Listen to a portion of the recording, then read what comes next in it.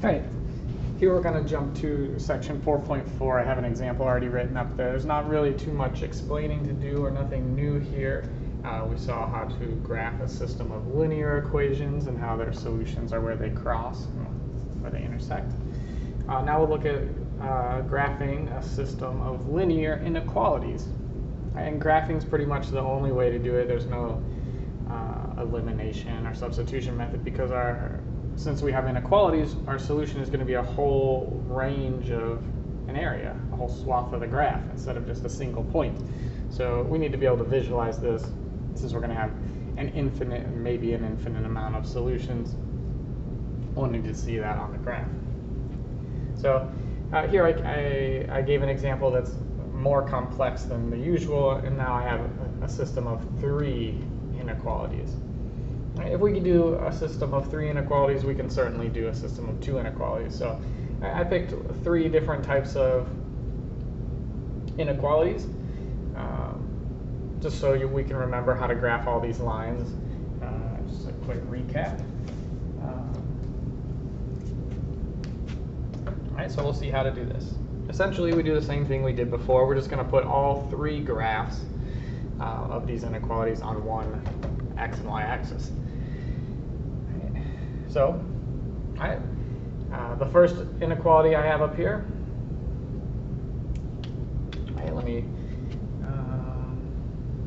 where do I want to put it? Let me put it over here. Y is greater than x minus 3. And I'll do this one in black. I'll change colors for the different inequalities.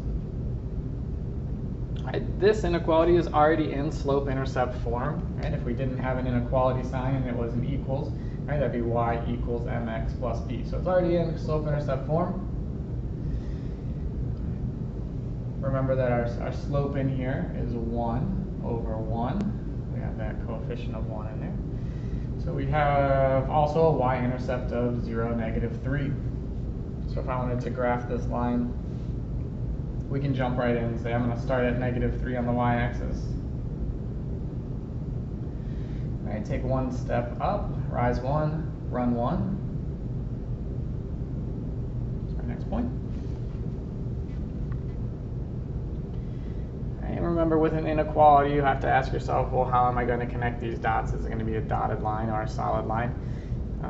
So hopefully we remember if it's just strictly greater than or just less than, then we connect these with a dotted line.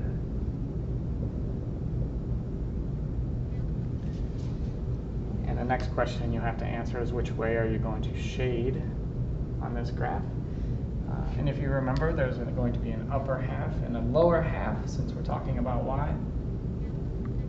And since the y values want to be greater than the line we just drew, the y should be above it. So we're going to shade this. And the above portion. So that is a solid graph of the first inequality. Nothing wrong there.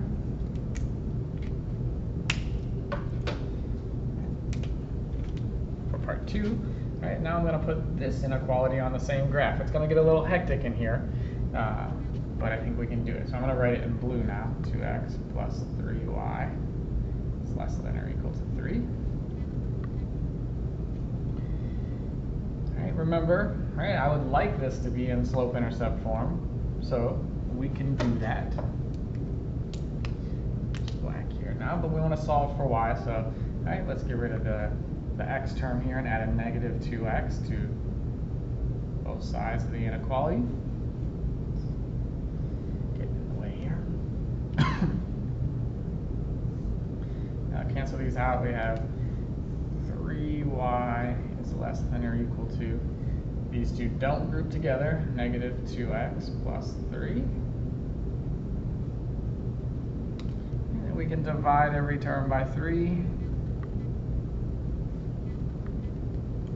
We have y is less than or equal to negative 2 over 3x plus 1. We've converted the second inequality. We had to do a little bit of work, converted it into slope-intercept form. Now we can go ahead and plot it. I'll make this line blue and the shading blue. So this line should have a y-intercept of 1.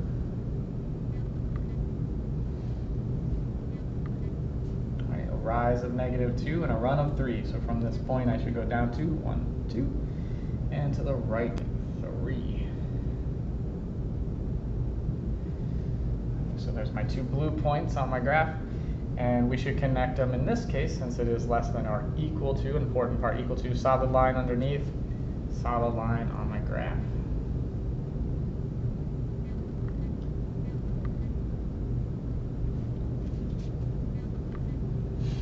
Alright, so this blue line, it splits the graph into an upper half and a lower half below it. And now, since we're dealing with a less than problem, the y values want to be less than, the y values want to be under the line we just drew. So I'm going to shade below my blue line. So I'm going to shade going down now. Down. And what we're looking for is an overlap.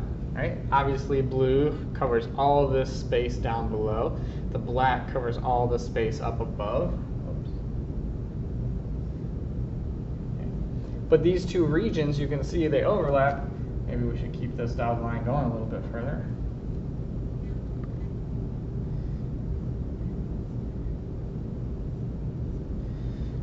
And we can see where the overlap is. It's where the blue region and the black region cross. Right? This blue region down here isn't part of the solution. This black region up here isn't part of the solution. They're overlapping in this little triangle over here.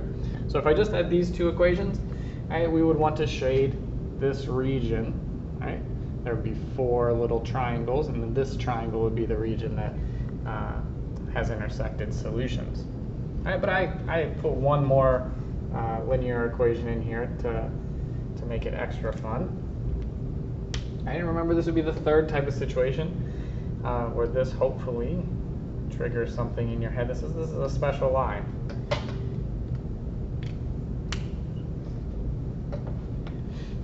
Right, the corresponding boundary line here, remember, don't think of the greater than, just think of it as y equals -1. And hopefully that sticks out in your mind as a horizontal line, because we're going to need to go to -1 and not go up or down at all if we're looking at y equals -1. So we're going to go to -1, and we can't go up or down or we'll break that rule, so we can only strictly go left and right. So here's a horizontal line that, right, based on our inequality symbol, should be a dotted line.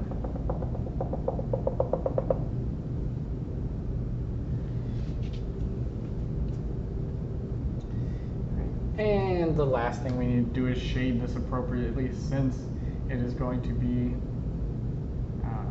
greater than -1. We would need to shade above this line. So I'm going to shade red all the areas. I'm going to shade red this way. All the areas above. Ooh, shouldn't cross that. All the areas above, right, our red line. Okay, and our final answer here would be where the red, the blue, and the black overlap. I know it's a little messy, so we can start erasing some of these parts that don't belong. Our solution down here, all these blue lines down here, they're not helping. Right? They're not overlapping with any red or black lines. So let's get rid of those. Does it help? Right over here, where I just have red lines, those bases aren't helping at all. Those aren't part of my solution. They aren't overlapping. Right, up here I've got red and black lines crossing, but no blue. So we can get rid of these lines up here. This isn't part of our solution.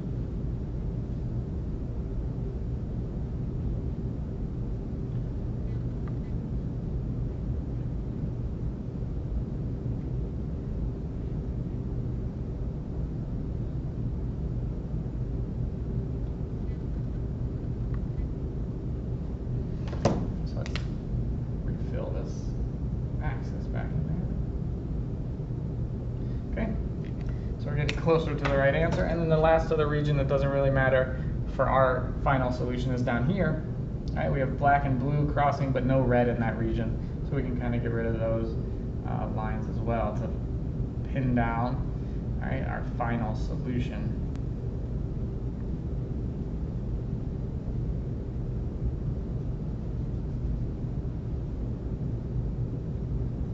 All right, and there we have it. Right, where all 3 of these regions cross, right, is right this little triangle here. So Let's shade the whole thing in.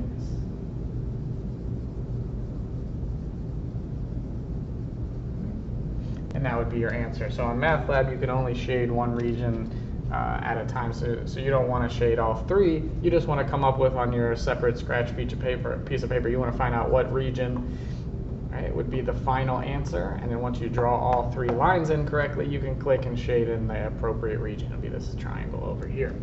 Right? Lots of the problems only have two inequalities to deal with, but if you deal with more, it's not really a big deal. We're just going to see in the end where all of those regions overlap.